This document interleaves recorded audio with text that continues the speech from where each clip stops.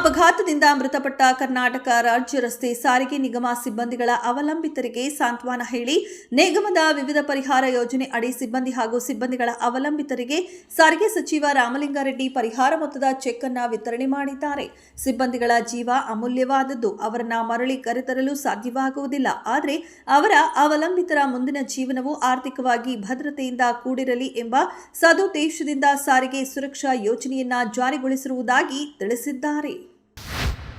ಪಹಲ್ಗಾಮ್ ದಾಳಿಯ ಹಿನ್ನೆಲೆಯಲ್ಲಿ ತೆಗೆದುಕೊಂಡ ರಾಜತಾಂತ್ರಿಕ ಕ್ರಮಗಳ ಭಾಗವಾಗಿ ಭಾರತದಲ್ಲಿ ನೆಲೆಸಿರುವ ಎಲ್ಲ ಪಾಕಿಸ್ತಾನ ಪ್ರಜೆಗಳಿಗೆ ತಾಯ್ನಾಡಿಗೆ ಮರಳಲು ಕೇಂದ್ರ ಸರ್ಕಾರ ನೀಡಿದ್ದು ಗಡುವು ಏಪ್ರಿಲ್ 27ರಂದು ಅಂದರೆ ಇಂದು ಸಂಜೆಗೆ ಮುಗಿಯಲಿದೆ. ಒಂದು ವೇಳೆ ಭಾನುವಾರ ಸಂಜೆಯೊಳಗೆ ಭಾರತ ತೊರೆಯದ ಪಾಕ್ ಪ್ರಜೆಗಳ ವಿರುದ್ಧ ಕೇಂದ್ರ ಸರ್ಕಾರ ಕಠಿಣ ಕ್ರಮ ಕೈಗೊಳ್ಳುವ ಸಾಧ್ಯತೆ ಇದೆ. ನಿಮ್ಮ ರಾಜ್ಯಗಳಲ್ಲಿರುವ ಪಾಕ್ ಪ್ರಜೆಗಳನ್ನು ಹುಡುಕಿ ಏಪ್ರಿಲ್ 27ರವರೆಗೆ ದೇಶ ಬಿಡುವುದನ್ನು ಖಚಿತಪಡಿಸಿಕೊಳ್ಳಿ ಎಂದು ಈಗಾಗಲೇ ಕೇಂದ್ರ ಗೃಹ ಸಚಿವ ಅಮಿತ್ ಶಾ ಎಲ್ಲ ರಾಜ್ಯಗಳ ಸಿಎಂಗಳಿಗೆ ಸೂಚಿಸಿದ್ದಾರೆ. ಪಾಕಿಸ್ತಾನ ವಿರುದ್ಧ ಯುದ್ಧ ಮಾಡೋದು ಬೇಡ ಎಂಬ ಸಿಎಂ ಸಿದ್ದರಾಮಯ್ಯ ಹೇಳಿಕೆಗೆ ವಿಪಕ್ಷ ನಾಯಕ ಆರ್ ಅಶೋಕ್ ಕಿಡಿಕಾರಿದ್ದಾರೆ. ಪಾಕಿಸ್ತಾನ ರತ್ನ ಸಿಎಂ ಸಿದ್ದರಾಮಯ್ಯನವರೇ ತಮ್ಮ ಬಾಲಿಶ ಅಸಂಬದ್ಧ ಹೇಳಿಕೆಗಳಿಂದ ಈಗ ರಾತ್ರೋರಾತ್ರಿ ಪಾಕಿಸ್ತಾನದಲ್ಲಿ ವರ್ಲ್ಡ್ ಫೇಮಸ್ ಆಗ್ಬಿಟ್ಟಿದ್ದೀರಿ.